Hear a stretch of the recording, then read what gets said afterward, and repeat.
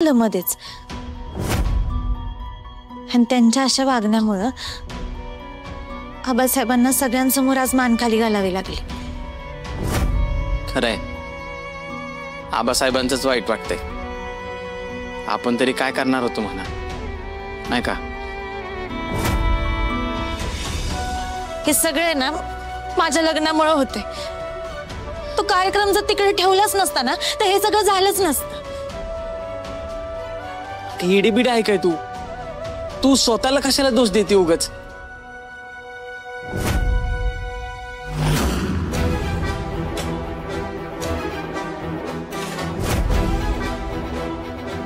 मोठ्या, आपण दिलेल्या त्या सरबतात काही कोणी टाकलं तर नसेल ना? नाही नाही, मला नाही वाटत असं। हे लग्न ना एकदम मोठी अडचण होऊन बसली, काहीच नीट होत नाहीये। ए भावा, तुझ्या हाताला काय झालंय? मेहंदी कुठं गेली? कशी गेली? मालती मॅडमला असं वाटलं की इंद्रजीत सरांचं नाव मी त्या मेहंदीवालीला माझ्या हातावरती लिहायला लावलंय। अरे गोट्या, पण मी इंद्रजीत सरांच्या नावाची चिठ्ठी तिच्याकडे दिलीच नव्हती। आता त्या पोरीने काय माहित कुठून त्यांचं नाव माझ्या हातावरती लिहिलं आणि हे मालती मॅडमनं पाहिलं। काय लिहिलंय तुझ्या हातावर?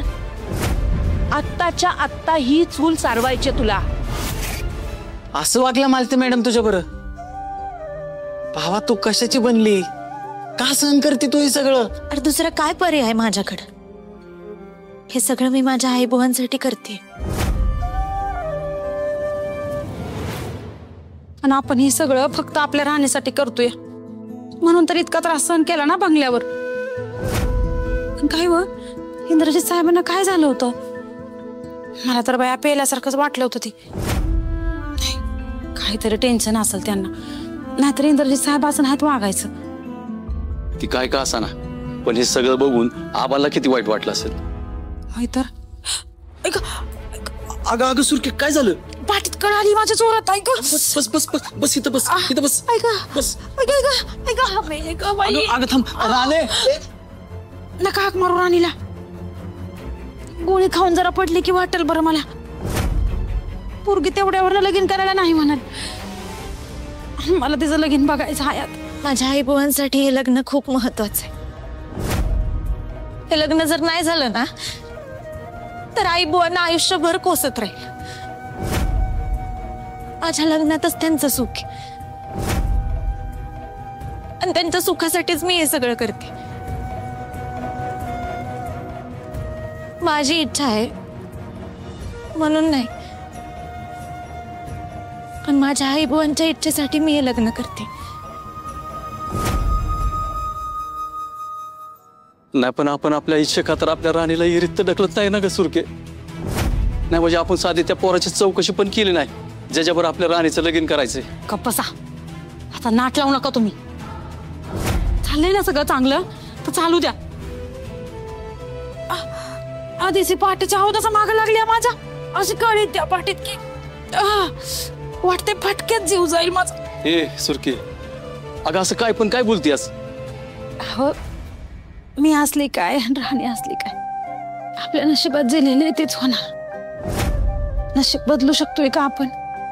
हो, आज तुम्ही मला एक वचन द्या, माझं काही जरी बरं वाईट झालं ना तरी तुम्ही आपल्या राणीचं लगीन थाटामाटात लावा। मला वचन द्या। ए सुरके, अगं असं काय खोळ्यागत बोलतीस? काय चुकीचं बोलते आम्ही? माझी अवस्था बघता वरनं कधी बोलवणं येईल सांगू शकत नाही आपण। तुम्ही कराल ना माझ्या राणीचं लगीन? हो, बोला की काहीतरी द्या मला वचन द्या। ठीक आहे, पण सुरके तुला काय सुद्धा होऊ देणार नाही बघ मी। अगं तुला काय पण नाही होणार। आज जे काही घडलंय ना ते खरंच खूप वाईट घडलंय।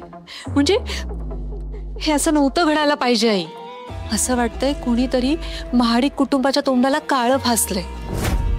मला सतत तेच तेच आठवतंय।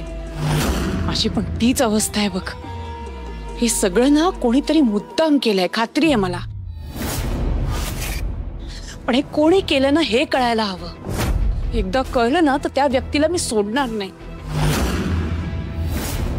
हायो कोणी केलं म्हणजे अजून तुम्हाला कळलंच नाही का हे सगळं कोणी केलंय ते?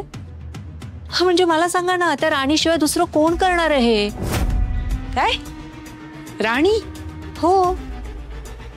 पण हे असं का करेल ती? हायो का नाही करणार? इंद्र भाऊजी तिला ऑफिसमध्ये ओरडले असतील, तिला त्रास देत असतील, या सगळ्याचा सूड घेण्यासाठी ती हे सगळं काही करत असेल ना. आता तुम्ही तिच्यासाठी एवढं सगळं काही करताय, पण त्यापेक्षा तिला तिचा सूड घेणं जास्त महत्वाचं वाटत असेल, त्याला आपण तरी काय करणार?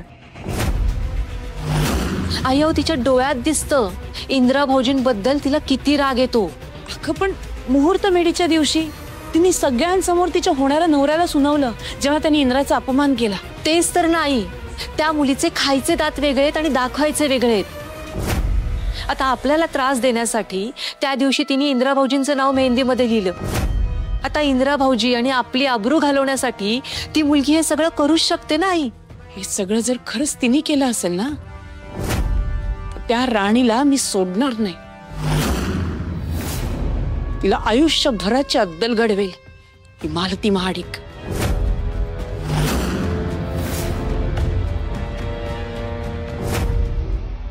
चांगला सूट घेतलास माझ्या अपमानाचा, पण आता वेळ माझी आहे. इंद्रा, खूप जगलास, खूप लोकांचा अपमान केलास, पण आता तुला हे करता येणार नाहीये. नक्की ना? प्लॅन रेडी आहे. इंद्रा, आजची रात्र तुझ्या आयुष्यातली शेवटची रात्र असणार आहे रे. उद्यापासून इंद्रा प्रकरण संपणार आहे आणि मग हे सगळं आपलं होणार आहे.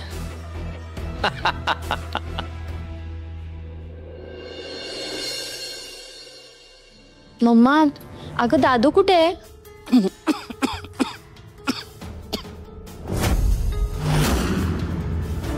Good morning. गुड मॉर्निंग दादू.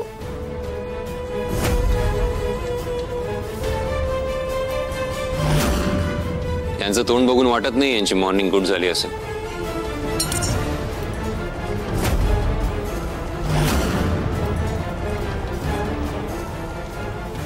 महाडिकांची अबरू वेशीवर टांगून कशाखाली कास उतरतो कसा.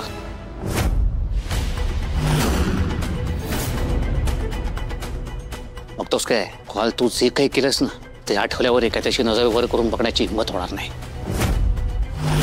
पण निदान आपल्याला आठवते का आपण काल काय केलं ते? तुला काहीच कसं वाटत नाही रे. एक वेळ तू दारू पिऊन आला असत ना, हे फार चिडलो नसतो. पण काल तुम्ही दारू पिऊन संपूर्ण हळदीच्या कार्यक्रमाला गालबोट लावलात. माझी या घराची इज्जत चव्हाट्यावरती आली.